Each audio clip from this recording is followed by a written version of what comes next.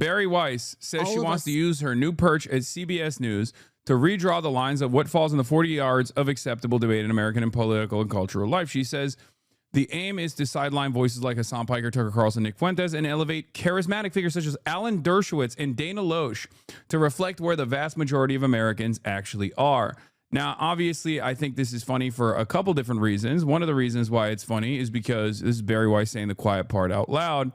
And another reason why is obviously because she's referring to Alan Dershowitz as a charismatic figure. Like, she's literally saying, look, whether you disagree with these people, with Tucker Carlson and Nick Fuentes, I certainly disagree with them, or not, whether you disagree with these people or not, like, it's ridiculous to say that people like myself or people like Tucker Carlson don't have massive real audiences as opposed to Alan Dershowitz or Dana Loesch, you know, media animals that media demons that have been propped up, tenured professors and media demons that have no organic platform on their own. So the idea that like the association of me and Nick Fuentes is ridiculous. Okay. The association with me and Nick Fuentes is ridiculous, but it's one that Zionists regularly will present, not realizing that this doesn't actually make me look bad, but it actually normalizes people like Nick Fuentes in the eyes of many people because the position I hold is the majority position on Israel, right? It wasn't the case post-October 7, but it certainly is the case now. So all that does is, I think, normalize Nick Fuentes more in the eyes of many Americans, and it's a dangerous position that these actually advance, even if they don't realize it. And apparently she did end up uploading a debate between Alan Dershowitz and Dana Loesch on gun control. And that debate got 1,994 views in 10 hours. So obviously it's definitely not something that the American population or anyone, as a matter of fact, is looking for. But let's take a look at this silly thing, and I'm going to give you the tea afterwards as well, which makes it even funnier that Beri Weiss and CBS News is mentioning my name alongside people who should be deplatformed. See the moment that we're in. And all of us see that the choices that it feels like we have sometimes, which is Hasan Piker and Tucker Carlson or Nick Fuentes and, Andrew Tate, the kind of people that are rising in the podcast charts. I like that she had my name locked and ready to go, the first name that she brought up. And it's really interesting because I leaked some tea after this video was going viral on Twitter. And that tea is that they literally are trying to get me to do a debate on CBS News with a person that happens to be on this panel, Ben Shapiro. That's right. They literally want me to do a CBS News debate with Ben Shapiro.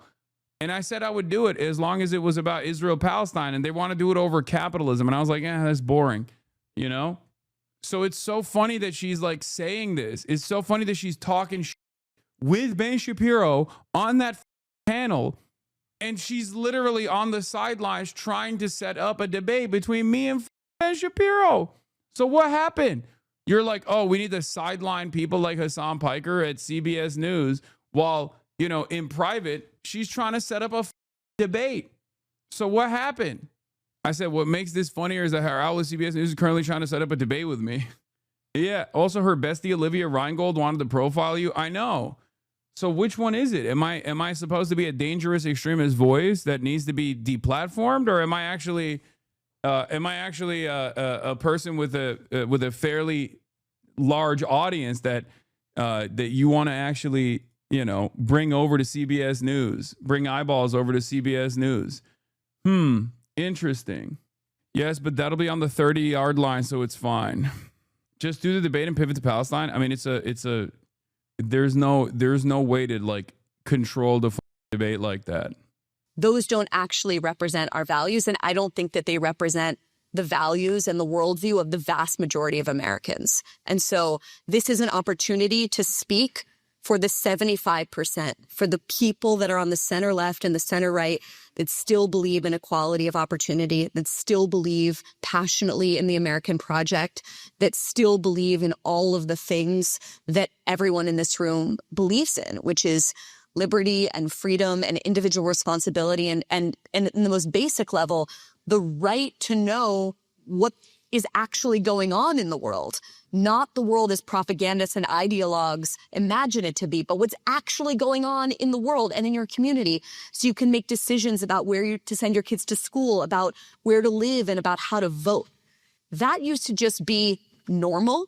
And the goal of what we're trying to do at CBS is to get back to that normalcy. And I feel incredibly energized and enthusiastic because I think that is where the vast majority of Americans actually are. Well,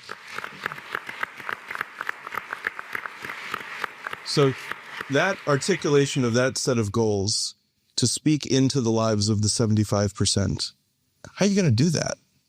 What's your strategy for success? So I think one of the problems is a lot of people have tried to do centrist news. I know this because I am like the target audience for those things. And the reason that they have all failed is it's like trying to force feed spinach down someone's throat, right? It's felt very like tofu, oatmeal. It's like centrist news is choosing the midpoint between every single topic. It's felt like an absence. I do love her being like 75% of Americans. Like, why won't anybody point to what 75% of Americans believe? And it's like, okay, let's ask 75% of Americans how they feel about Israel. You know, who do you think they're closer to on Israel? Person who's sitting as a propagandist for the apartheid state, or guy who says Israel sucks? I wonder what Americans would be tuned into in terms of their opinions on Israel. Me or Beri Weiss? Like, what a stupid argument.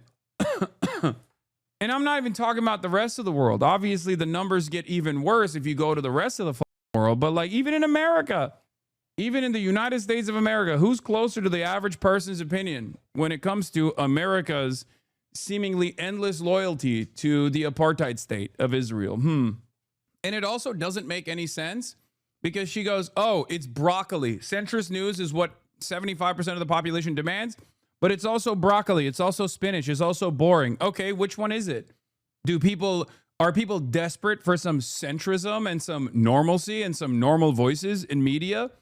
Or is it actually boring and you're trying to manufacture consent? Where are we at on this? People have tried to do centrist news. I know this because I am like the target audience for those things. And the reason that they have all failed is it's like trying to force feed spinach down someone's throat, right? It's felt very like tofu, oatmeal. It's like centrist news is choosing the midpoint between every single topic. It's felt like an absence of charisma and identity. And yeah, that's why we need to bring in incredibly charismatic sexual dynamo Alan fucking Dershowitz to CBS News. It's like, yeah, I was thinking like, where can you get more Alan Dershowitz? In mainstream media, that's it. Whether it be an article that he will write about how we must lower the age of consent laws, okay, or whether it be going on Fox News on a nightly basis to talk about how the victims of Jeffrey Epstein are liars, right? Alan Dershowitz is on mainstream media all the time. Dana Loesch is a mainstream media figure. She was an NRA spokesperson. It doesn't make any sense. Yeah, free speech warrior Beri Weiss discusses her plan for manufacturing consent.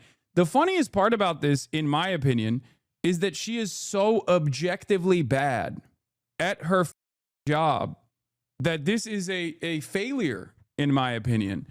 And it's not just a failure. I mean, it's the type of failure you can see, right? The example Beri Weiss gave of the charismatic mainstream debate she believes will revitalize CBS, namely the gun control debate she arranged between Alan Dershowitz and Dana Loesch, has so far been watched by a grand total of 860 people in 5 hours since posting. Perhaps for all of the anger and resentment that you might have towards independent media content creators who are not abiding by whatever norms existed in legacy publishers, norms, i.e., norms, for example, of demonstrating unconditional loyalty to Israel.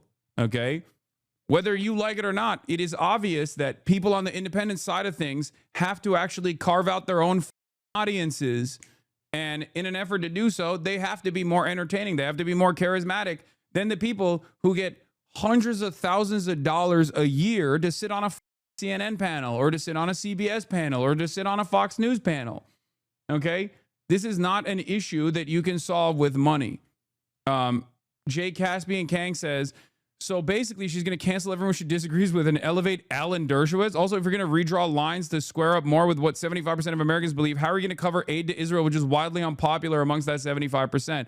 Also, maybe I'm slow, but Hasan Fuentes and Tucker aren't on CBS this morning chopping it up with Nate Burleson. How are you going to cancel them from CBS News and Foreign Free Press? Is Coleman Hughes going to do an impassioned segment on 60 Minutes? It's like PS4 saying to PS5, you're canceled. It's just like, I'm not on CBS News. And not only am I not on CBS News wants me to be on CBS News. So what is this conversation? Like, did they want to have me on CBS News so they could turn around and be like, actually, we never wanted you on there. Okay. So every part about this is so funny. What is this?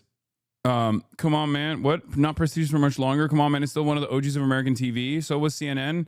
I don't respect them anymore. It's not about respect, honestly, just the history. CNN is no way comparable to CBS, though CNN is like a baby age-wise to CBS. No, this chatter is correct. CBS, amongst like the 50-year-old audience and over, still has a lot of prestige. And I think Beri Weiss and the Ellisons are going to utilize that prestige to do like, they're going to utilize that prestige till the very last moment to basically pump out as much pro-Israel content as possible. But that generational divide is already there, right? That generational divide has already existed, and it's not going to make people my age and make people younger than me turn around and be pro-Israel. So they're just using what remains of the institutional legacy, as like a prestige premier news network that has a long history of objective reporting as a last-ditch effort, I think, to continue pumping grandmas full of even more pro-Israel content, which is, again, not exactly a unique position in mainstream news anyway. As you're watching this, consider that she likely made this exact pitch to David Ellison, and he said, yes, precisely, here's $150 million and the top job at CBS News. Yeah. Isn't that crazy? CIA was watching your China streams this morning. Falun Gong people were handing out flyers for some weird theater production about how China created COVID. Okay, first of all, that has nothing to do with my streams. That's what the Falun Gong people have been doing. Shen Yun. That's literally what they do regardless. Any boomers watching CBS Googling you will be disappointed in the lack of pit pics, my man. I agree. Yeah, they've been doing that. That has nothing to do with me going to China at all. Let's be real. Anyway, let's finish this. As nostalgic as people might be for an era in which 30 million Americans every night watch Walter Cronkite and saw him as the voice of truth, and I understand why they're nostalgic for that. We're not going back to that. So how do you build trust in a moment of unbelievably low trust in all of our public institutions, especially the mainstream press? I don't think it's by pretending like we can go back to having a view from nowhere. I think it's about who's in the room, right? I think it's about redrawing the lines of what falls in the 40-yard lines of acceptable debate and acceptable American politics and culture. And I don't mean that in like a censorious gatekeeping way. I mean having people that are... Okay. You don't mean it in a censorious gatekeeping way. It kind of feels like you mean that in a censorious gatekeeping way. Except the irony is, these guys are no longer the gatekeepers. That is the irony. CBS News no longer has the same level of relevance. And I say this as someone who gets a ton of mainstream press coverage. Okay? And in my own personal experience, going on the Theo Von podcast is infinitely better for boosting my profile than any number of different prestigious mainstream legacy newspapers writing profiles on me. Straight up. The Joe Rogan Experience is more of a real gatekeeper now than any number of different news articles. Okay? It's just the truth. And I say this as someone who obviously cares about mainstream press, who cares about good journalism, who defends good journalism all the time. The reality of the matter is, as far as PR pushes go, podcasts in general are infinitely more relevant in boosting people's profile in a real way than the previous gatekeepers are. Nobody gives a shit about going on CBS News. I'm serious. My grandma sent me an article that was just 30 sexy pictures of Hasan Piker. So you're doing good with the centrist Debras? Hell yeah. Let's go. That's what I'm talking about. If you go on CBS, though, you'll pick up the GILF demographic. I know. And honestly, the wine moms are the revolutionary vanguard of America. Like, I don't, like, make no mistake. I do believe that, which is why I think there is value in doing those sorts of articles. There's value in doing those sorts of articles. There's value in doing mainstream media press.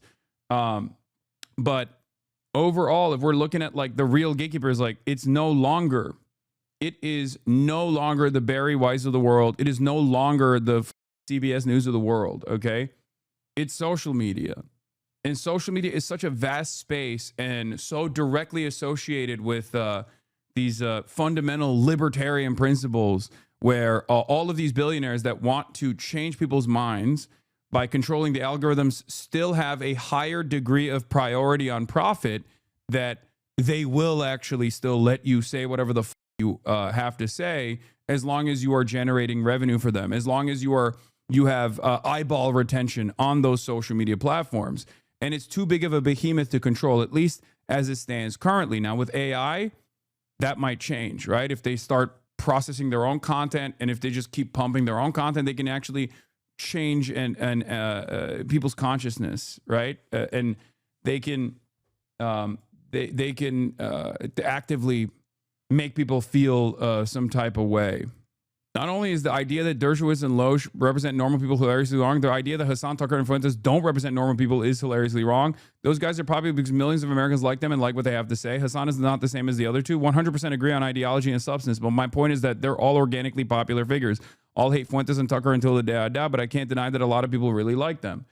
Yeah, it's true. As much as I wish that wasn't the case, a shit ton of people watch Tucker Carlson, even more people that watch Tucker Carlson than watch me, and a shit ton of people watch Nick Fuentes as well. That are clearly identifiably on the center left and on the center right in conversation with each other. And we've been doing so much of this at the Free Press. I was in, where was I? Chicago last week, I think. I've lost all track of time, where Dana Lash, former spokeswoman from the NRA, was debating Alan Dershowitz on guns. Now, these are people that have wildly different opinions on the Second Amendment, and yet showing that they can have good faith, very passionate, very charismatic disagreement and still like each other at the end of the day. We think it's important. And so it's for me. I'm going to be honest with you, at least in the age of stupids, if you really want to tap into the collective consciousness and where they're at, you need to have like OnlyFans models going up against like misogyny podcasters, like misogyny merchants, you know? That's like, I think that has a ton more relevance in the minds of the average person, the 75% that we're talking about, than Dana Loesch and Alan Dershowitz, or even someone like myself versus Ben Shapiro. Okay? That's it. Like that's where the average person is. I'm gonna be honest. The average person's mentality is like they want to see the whatever podcast guys get destroyed by like a feminist commentary person. That's what they want to see. And on the other side, they want to see like some of the most insecure men screeching at a bunch of women. That's what they want to see. The average normie is not invested in a meaningful debate between two parties that are knowledgeable on the issue. I'm not even saying that Dana Loesch and Alan Dershowitz are knowledgeable on the issue of gun control or even remotely entertaining or interesting. I'm simply saying that even if you were to get like two figures that are knowledgeable and can be somewhat entertaining to debate an issue that they have, most people are not invested in that at all. Okay. They're invested in this. This is what they want to see. Holy this lesbian, absolutely bodied tradcon Andrew Wilson for marrying a woman with 3 baby daddies. Damn. I didn't know that till now. What a poser, Lamau. I don't think I've ever seen a man this triggered in my life. That's it. That's the you lick sniz line from this loser not only lives in my mind permanently, but I think I'm not alone in feeling like this was an incredible moment of weakness. I mean, we all know this guy's a loser, okay? If you have made a career as like a 50-year-old man, constantly yelling at like teenagers, 19-year-old OnlyFans girls to say that they're whores and sluts and whatnot, you are the most pathetic worm-like loser on the planet, okay? And the moment that you encounter, I assume people are saying she's a lesbian. I guess that's the case. Someone who is a competent communicator, not to say that like 19-year-olds are not capable of being competent communicators, but oftentimes they're like a little worried about how they're presenting themselves in a format like this. But the moment that you have someone like this go back against you and just say, hey, she's bi, okay, they use they them pronouns, okay, well, regardless, they just absolutely they just like push back a little bit, and all this person just falls apart. It's just a house of cards. Look at this. I'll try to rephrase this. I'm going to reframe, and I'm just going to be totally honest with you. I will never be able to convince you of my worldview. You won't. I know. But the reason is not because I'm not a great... This guy used to go by Big Papa Fascist Online. This is one of those things where it's like, you don't see them as kids because you also goon and went to a brothel. Yeah, because they're kids, you don't see them as kids because you also goon and went to a brothel. That's an insane statement, okay? I'm a 34-year-old man, okay? I do not goon to teenagers, you pathetic loser. The reason why you feel that way is because you have a outdated perspective on sex work and refuse to see the nuance in my conversation. And instead of entertaining the nuance and maybe even thinking about it a little bit further, because I'm not someone that actually turns around and says that this is an institution or an industry that has no downsides whatsoever, but you have to immediately project as a 20-month subscriber, okay? What a time to just be tuning in to the stream. I know, this is like the weirdos. Okay, I'm a girl. Okay, well, you're a weirdo. You can be a girl and also be a weirdo. Project how? Oh my God. Oh, you're a girl. My bad, dude. My mistake. Oh, believe all women, you yeah, exactly. How are your longtime subs like this? It's normal. This is the one issue that many progressive people have take issue with. Like, they just don't understand that you can have a different perspective on this matter and not instantly assume that someone who is pro-sex work in any capacity, it's a filter. Remember when I talked about filters, like unnuanced thinking being a filter? This is one of those things where people have like very hardline positions on issues like this, and they can't like think about it normal. They just immediately, they insta-lock in their minds. They go, oh, dude, this is like every version of what you are describing, I am going to say is rape, not realizing that that actually undermines this like severe crime. And unironically, being pro-sex work, not to the same degree as like whatever you associate me with, okay? But like being pro-sex work is first and foremost in defense of sex workers, okay? It is all of the anti-sex work mentality that actually makes this entire space less safe for the people that engage in this. Okay, that's it. Drug policy is also pretty bad in progressive circles. I know. I haven't broached the subject matter. I thought the standard progressive position was pro-sex work. No, certainly not. Especially not in this day and age. I feel like we just like there's a pendulum when it comes to social issues, right? There's a pendulum when it comes to social issues, and I think it's swung far too much on the progressive side as well, where people were talking about like, doing kinks in public or whatever. And I think the next generation developed a ton of stigma because of that reason. So then it swung back into the puritanical side. And the irony, of course, of the puritanical position is that I think Americans are way, like, and Westerners in general are way more open-minded towards the puritanical approach. Yeah.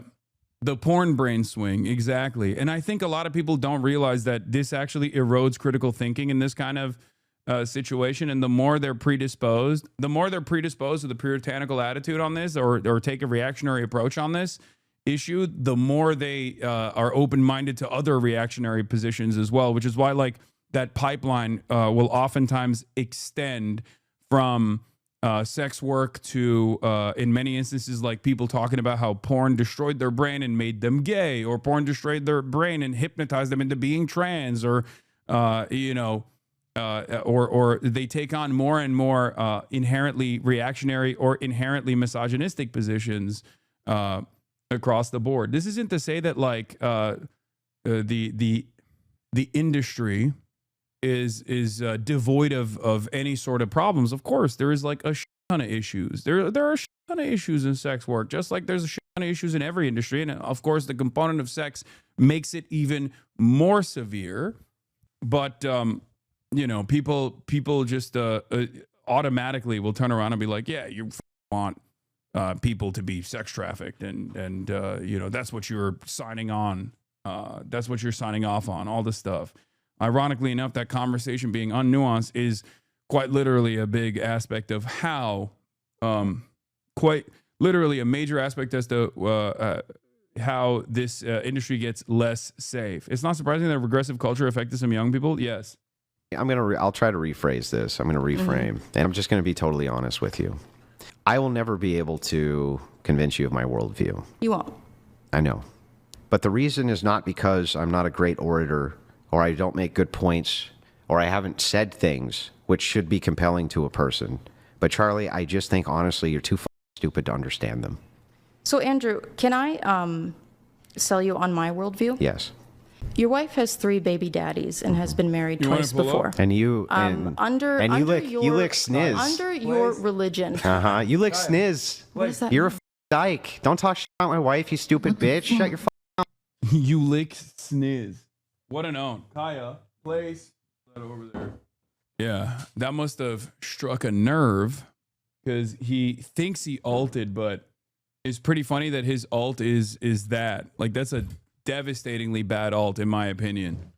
I was saying, like, I'm using this as an example of like the type of debate that I think Americans actually do want to watch. Oh no, I caught a bit of it before coming in. Do want to watch and do want to hear, as opposed to Dana Loesch versus Alan Dershowitz, which is a low bar to begin with. Here, I'm going to run this back again. You want to hear the incredible counter that this loser has here? Let's take a look.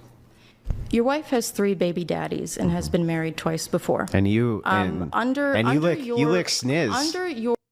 You lick sniz. Look at his face, bro. Look at his face. Like he thinks he really hit that.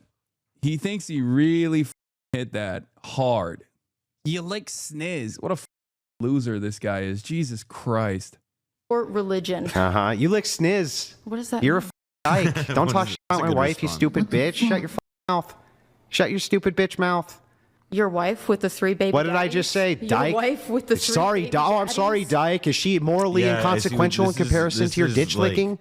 Do the men that you try to... Do the women that you try show to... your hatred against... Do the women that you try to... that they shouldn't, you know, Charlie, did I bring... Women? Do they know Charlie, that did I bring your family? 5 years older? Did I bring any of your family into... This is one of those things where it's like, he is such a aggro, like, trad guy that it's like an own. But in most circumstances, like, who gives a shit?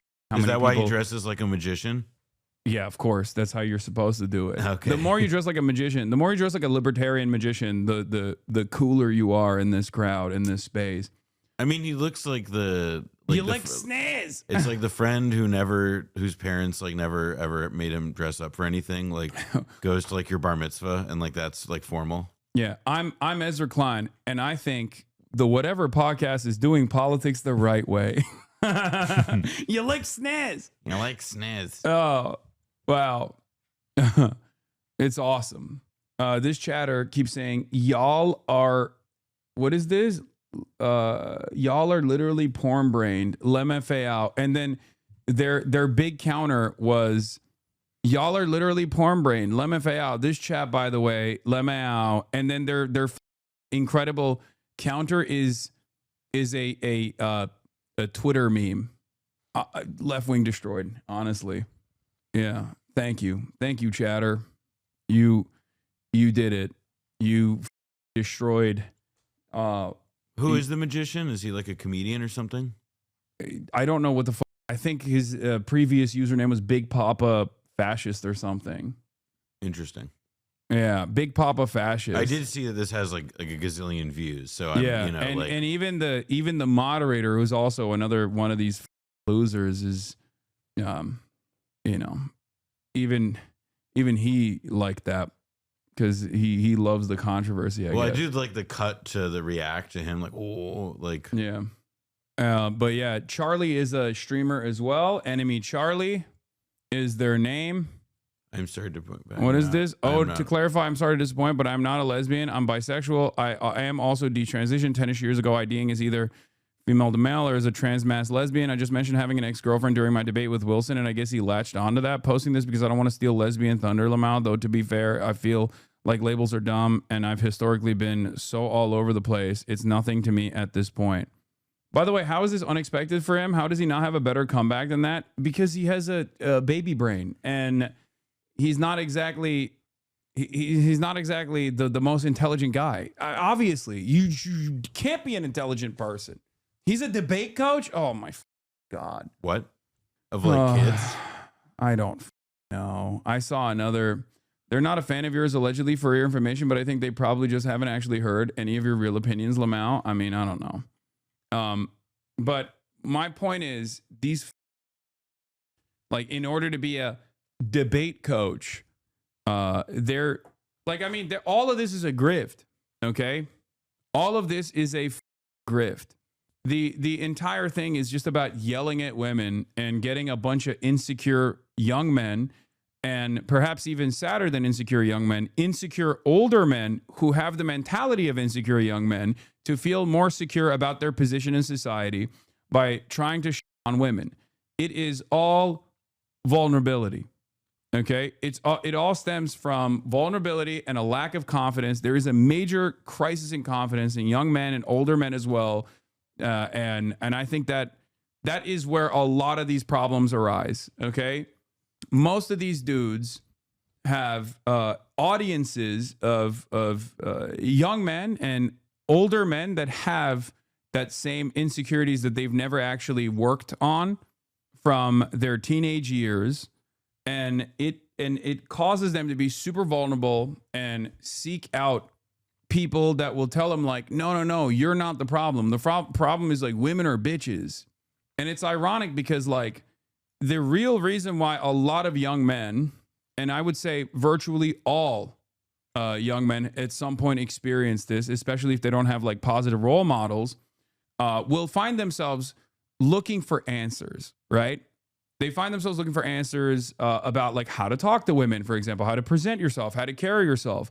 And it's very alluring to see guys, maybe not like him, but at least like Andrew Tate or all these other people that are, like, constantly around women, right? Like, and they start to think, like, oh, well, this guy gets it. He figured something out. He's constantly surrounded by sexy babes and fast cars and whatever the fuck, right? They don't realize that this is just, like, a crafted persona of a bunch of people that have carefully manufactured this identity online and are actively trying to make up for their own personal shortcomings that they recognize. And it gets far worse than this. I think the bottom of the well is, like, that clavicular kid and the black pill side. Because TikTok has basically normalized a ton of things that used to be relegated to the darkest corners of the internet, like the black pill subreddits and whatnot, the looks maxing community that I think is unimaginably damaging, right?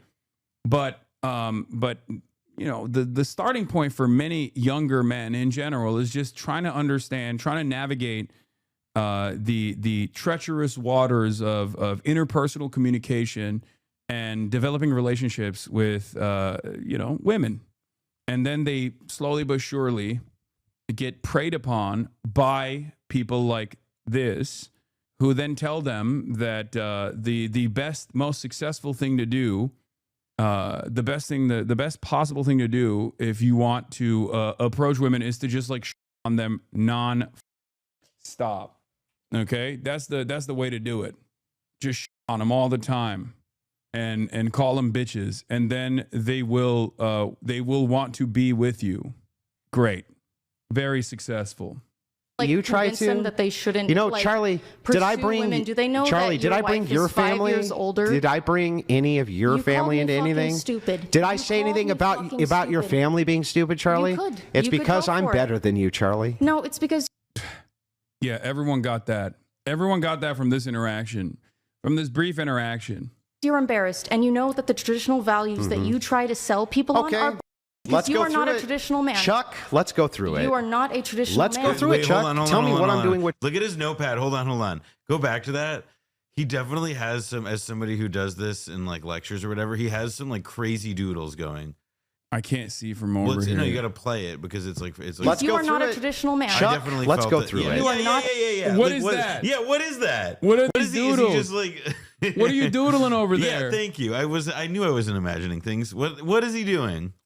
Yeah. If you have gray hair and you're doing that, what's up? Ay. Pikachu. Yeah, he doodled Pikachu. He's doodling Sniz, drawing a pair of tits. Yeah, he's doing the Big Lebowski. Yeah, drawing. I love tits. Name a trout, fried him.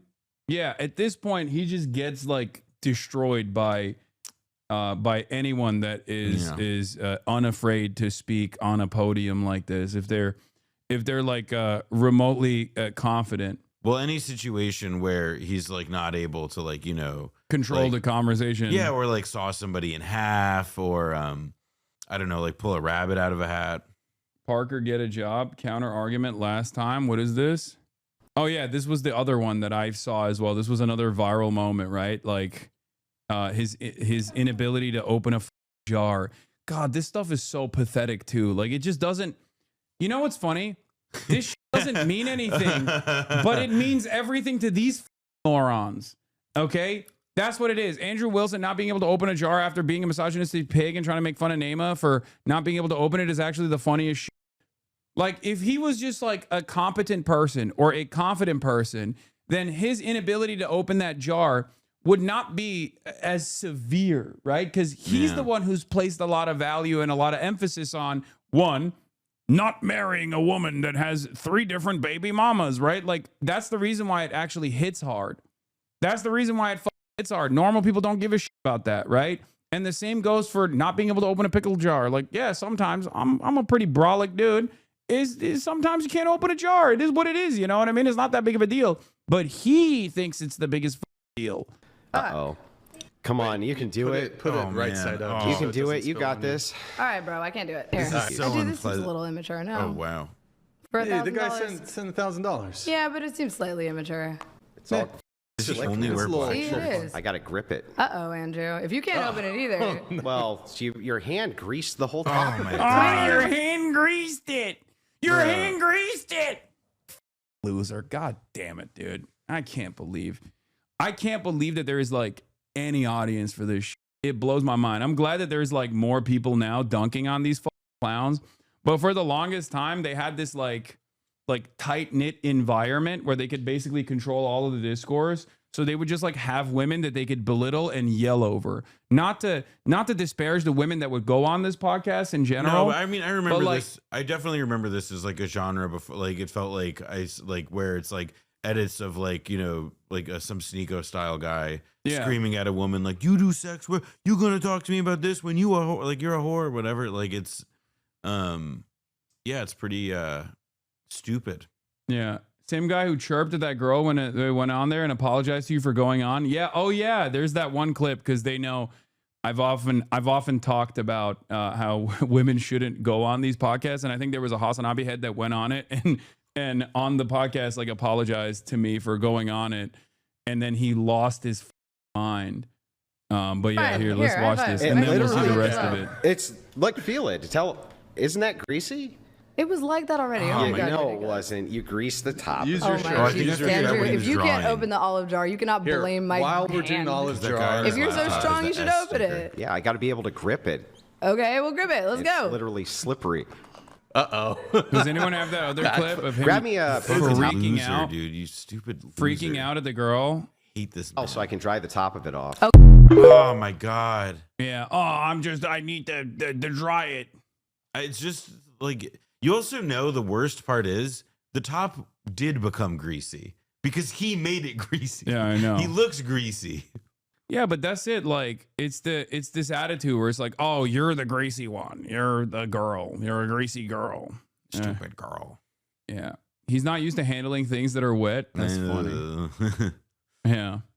Someone else opened it for him seconds later too. Oh, that's awesome.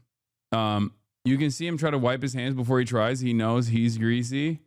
Does anyone have that other I like that why you're not mad at cops too clip? Does anyone have that other the other clip where is this it? Okay, you guys are just sending me people trying to open jars. That's not what I'm looking for. God damn. All right, whatever. We're moving on from this. Y'all are washed. Okay, this community is washed. We can't even find clips anymore. The hive mind is no longer hiving as it used to.